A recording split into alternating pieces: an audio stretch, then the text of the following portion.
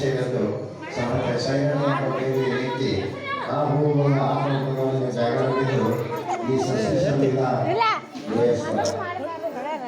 ಲಿಂಗೈಕ್ಯರಾಗಿರ್ತಕ್ಕಂಥ ಮಹಾತಪಸ್ವಿ ಬಸವಲಿಂಗ ಪರಮಾತ್ಮನ ಕರ್ತೃಗಳಿಗೆ ಅಜಾತನಾಗೇಶ್ವರ ಕರ್ತೃಗಳಿಗೆ ಶಿರಸಾಷ್ಟ ನಮಸ್ಕಾರಗಳನ್ನು ಸಲ್ಲಿಸಿ ಶ್ರೀಮಠದ ವೈರಾಗ್ಯ ಮೂರ್ತಿಗಳು ಲಿಂಗಾಂಶರು ಪೂಜಾಗಳು ಸರಿಯಾ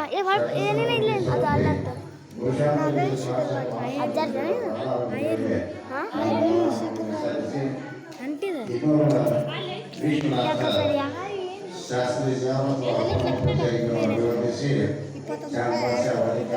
ಸಂಭಾಷಣೆ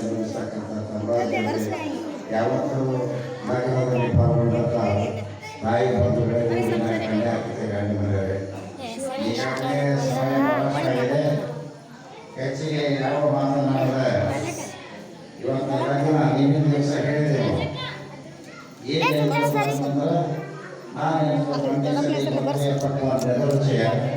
ಬೀಗರು ಬಿದ್ದರು ಬಂದಿದ್ದರು ಹಪ್ಪಳ ತಂಡಿಗೆ ತಂದಿದ್ದರು ಕಾಯಿಯನ್ನು ಮಡಿಸಿದರು ಹಾಲಿನ ಬಳೆಯನ್ನು ಹರಿಸಿದರು ತುಪ್ಪದ ಮಳೆಯನ್ನು ತರಿಸಿದರು ಎನ್ನುವ ಹಾಗೆ ತಾವುಗಳೆಲ್ಲ ಅಸಂಖ್ಯಗಳಾಗಿ ಒಳ್ಳೆಯ ವಾದ್ಯ ವೈಭವಗಳನ್ನು ವಿಜೃಂಭಣೆಯಿಂದ ಲಗ್ನವನ್ನು ನೆರವೇರಿಸಿದರೆ ಜಾತ್ರಾ ಕಮಿಟಿಯವರ ಪರವಾಗಿ ಎಲ್ಲ ಅಭಿವಂದನೆಯನ್ನು ಸಲ್ಲಿಸಿ ಇವತ್ತು ಮಹಾದೇವಮ್ಮ ಮತ್ತು ಶರಣ ಬಸವೇಶ್ವರರು ಯಾವ ರೀತಿಯಿಂದ ಪ್ರಪಂಚ ಮಾಡ್ತಾರೆ ಅಂತಕ್ಕಂಥದ್ದನ್ನು ತಮ್ಮ ಮುಂದೆ ಪುರಾಣ ಪ್ರತಿ ವರ್ಷ ಕೇಳುವಂಥ ಬಂದಿ ಸತಿ ನಮ್ಮ ಗುರುವಿಗೆ ಮಕ್ಕಳಂತಿದ್ರಿ ಗಂಡ ಹೆಣ್ಣು ಜಾತಿಬೇಕಂತ ಮನೆಯೊಳಗೆ ಯಾರು ಹೇಳ್ತಿರ್ಬೇಕಂತಿದ್ರು ಅವರು ಮೇಲೆ ಹಾಗೆ ಗಂಡ ಹೆಣ್ಣು ಹೆಂಗಪ್ಪ ಅಂತಂದ್ರೆ ಸರಳ ರೇಖೆ ಹಿಂಗಿರಬೇಕು. ಸರಳ ರೇಖೆ ಇತ್ತಪ್ಪ ಅಂದ್ರೆ ರೈಲ್ವೆ ಎಲ್ಲಿಬೇಕಂದ್ರೆ ಹೋಗ್ತದೆ. ಸರಳ ರೇಖೆ ಇರಲಿಲ್ಲ ಅಂತಂದ್ರೆ ಒಂದಕ್ಕೊಂದು ಹಳಿ ಕೂಡಿದಪ್ಪ ಅಂತಂದ್ರೆ ಗಾಡಿ ಬಿದ್ದು ಹೋಗ್ತದೆ. ಅದಕ್ಕೆ ಎಲ್ಲಿಗೆ ಅಡಿತು ಕೊನೆಗೆ ಅಡಿತು ಅಂತಂತವ್ರೆ ಹಾಗಾಗಿ ಒಂದು ಗಂಡ ಹೆಣ್ಣು ಒಳ್ಳೆ ಪ್ರೀತಿ ವಾತ್ಸಲ್ಯದಿಂದ ಇರಬೇಕು ಅಂತಕ್ಕಂಥದ್ದನ್ನು ಅನೇಕ ಪಶುಗಳು ಹೇಳ್ತಾರೆ. ಜಾನಪದದವರು ಕೂಡ ಒಂದು ಮಾತನ್ನು ಹೇಳ್ತಾರೆ, ಗಂಡ ಹೆಣ್ಣು ಹೆಂಗೆ ಒಬ್ಬ ಹೆಣ್ಣು ಮಗಳು ಗಂಡನ ಕುರಿತು ಒಂದು ಮಾತು ಹೇಳ್ತಾಳೆ, ಹಣ್ಣು ಹಾಗಲಕಾಯಿ ಎಣ್ಣೆಯಾಗ ಕರೆದೀನಿ, ಹಣ್ಣು ಹಾಗಲಕಾಯಿ ಎಣ್ಣೆಯಾಗ ಕರೆದೀನಿ, ಉಂಡರೆ ನೋಡ ಸವಿಗಾರ, ಉಂಡರೆ ನೋಡ ಸವಿಗಾರ ನೀನು, ತಂದರೆ ನೋಡ ಸೌತಿನ ಅಂತ ಹಣ್ಣು ಹಾಗಲಕಾಯಿ ಸಂತೋಷ ಪಡ್ಕೊಂಡು ಇನ್ನೊಬ್ಬಾಕಿನ ಸತ್ಯದ ತಗೊಂಬ ಅಂತ ಹೆಂಡತಿ ಆಗಿರ್ತಕ್ಕಂಥಕ್ಕೆ ಗಂಡ ಹೇಳ್ತಾಳೆ.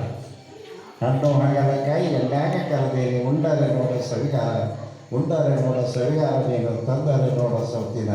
ಅವಾಗ ಗಂಡ ಹಸನ್ಮುಖಿಯಾಗಿ ಸಂತೋಷದಿಂದ ಹೆಂಡತಿಯ ಮಾತುಗಳಿಂದ ಪ್ರೀತಿಯಿಂದ ಕೇಳಿ ಆತ ಏನು ಹೇಳ್ತಾನ, ಸೌತಿನ ತರಲಾಕ ಸಾಹುಕಾರ ನಾನಲ್ಲ, ಸೌತಿನ ತರಲಾಕ ಸಾಹುಕಾರ ನಾನಲ್ಲ, ಸ್ಟೇಟ್ ಬ್ಯಾಂಕಿನ ರೊಕ್ಕ ನನಗಿಲ್ಲ, ಸ್ಟೇಟ್ ಬ್ಯಾಂಕಿನ ರೊಕ್ಕ ನನಗೇನೆ ಎಲೆ ಹುಡುಗಿ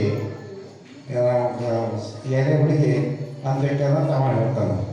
ನಾನು ಬಡವನಿಗೆ ಅಂತಂದಾಗ ಹೆಂಡತಿಯಾಗಿ ಮತ್ತೇನು ಹೇಳ್ತಾರಪ್ಪ ಅಂತಂದ್ರೆ, ಕೂಲಿ ಮಾಡಿದರೇನ ಕೊಲಿ ಬರ್ತಾರೇನ, ಕೂಲಿ ಮಾಡಿದರೇನ ಕೊಲಿ ಬರ್ತಾರೇನ, ನನಗಂಡರಾಯ ಬಡವೇನ, ನನಗಂಡರಾಯ ಬಡವೇನ, ಬಂಗಾರದ ಮೂಲ ಬಂಗಾರದ ಮಾನ ಮೂಲೆ ಆಗತ್ತೈತೆ ಅಂತ ಹೇಳಿ ತಾವು ಬಡತನ ಇದ್ದರೂ ಕೂಡ ಗಂಡ ಹೆಣ್ಣು ಅನನ್ಯವಾದಂಥ ಪ್ರೀತಿ ವಾತ್ಸಲ್ಯವನ್ನು ತೋರಿಸದೆ ಕೂತಾಗ ಸಮಯ ಭಾಳ ಆಗ್ತದೆ.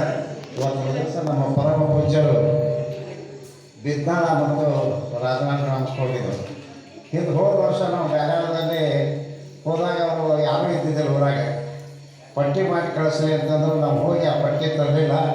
ಅವರ ಇವತ್ತರ ದಿವಸ ಪರಮ ಪೂಜ್ಯರಿಗೆ ಬಂದಾಗ ಈ ರೀತಿಯಿಂದ ತಮ್ಮ ಕಾಣಿಕೆಗಳನ್ನು ಕೊಟ್ಟಿದ್ದಾರೆ. ಸಂಗನಗೌಡ ಬಾಕಿ 201 ರೂಪಾಯಿ, ಮಾಮನಪ್ಪ ಶಿವಗೌಡ 201 ರೂಪಾಯಿ, ಶ್ರೀಕಾಂತ್ ಭಜಂತ್ರಿ 100 ರೂಪಾಯಿ, ಮಲ್ಲಪ್ಪ ಬಿ ಹಿರೇಕೊರಬರು 100 ರೂಪಾಯಿ, ಶ್ರೀಶೈಲಪು ಸಜ್ಜನ್ 100 ರೂಪಾಯಿ, ಬಸಪ್ಪ ಏಕೋಡ್ಕಾರ 51 ರೂಪಾಯಿ, ಬಸವರಾಜ ಗೋವಿ 100 ರೂಪಾಯಿ, ಕಟ್ಟಪ್ಪ ಮಾ ಹಿರೇಕೊರಬರು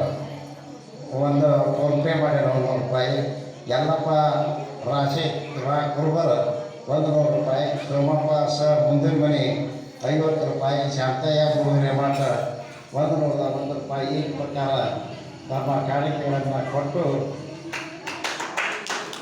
ಶ್ರೀ ಗುರುವಿನ ಒಂದು ಕೃಪಾಶೀರ್ವಾದ ಪಡೆದುಕೊಂಡಿದ್ದಾರೆ. ಅವರೆಲ್ಲರಿಗೂ ಜಾತ್ರಾ ಕಮಿಟಿ ಪರವಾಗಿ ಧನ್ಯವಾದಗಳನ್ನು ಹೇಳುತ್ತಾ, ಇವತ್ತು ದಿವಸ ಗುಂಡಕರ್ಚಿ ಗ್ರಾಮಕ್ಕೆ ಹೋದಾಗ ಉಪ್ಪಿನ ಪ್ಯಾಕೆಟ್ ಕೊಟ್ಟಾರ.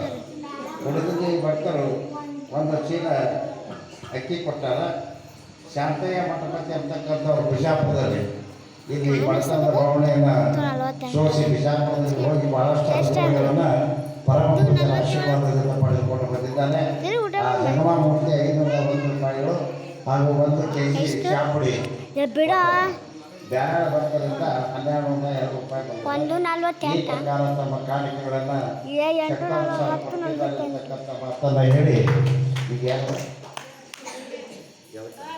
ಈ ವಿವಾಹ ಕಾರ್ಯದಲ್ಲಿ ಬಂದಿರುವಂತಹ ಹೆಣ್ಣಿನರು ಮತ್ತು ಹೆಣ್ಣಿನ ಬರೆಸಿದ ವಾಯರ್ ಹೌದು, ಹೆಣ್ಣಿನ ಆಯರ್ ಬರೆಸ್ರಿ, ಗಂಡಿನ ಕಡೆಗೆ ಆಯರ್ ಬರೆಸಿರ್ತಕ್ಕಂಥ ಮಾತನ್ನು ತಿಳಿಸಿ ಇವತ್ತಿನ ದಿವಸ ದಾಸೋಹ ಸೇವೆಯನ್ನು ಮಾಡಿರುವಂತಹ ಸದ್ಭಕ್ತ ಗುರುವಿನ ಜೀವಪ್ರೇಮಿಗಳಾಗಿರುವ ಶಿರಸನ್ನ ಮನೆಯವರು ಇವರು ದಾಸೋಹ ಸೇವೆಯನ್ನು ನಿರ್ವಹಿಸಿದರೆ ಆ ಕುಟುಂಬದವರಿಗೆ ಪರಮ ಪೂಜ್ಯರಿಂದ ಗೌರವ ಮೋಕ್ಷ ಇರ್ತದೆ. ಆ ಸದ್ಭಕ್ತರು ಪೂಜ್ಯರಿಂದ ಗೌರವ ಮೋಕ್ಷ ಪಡೆಯಬೇಕು. ಶಿವಯ್ಯ ಶೇಖರವಾಡಿ ಮಠಗಳು 21 ರೂಪಾಯಿ. ಏನಯ್ಯ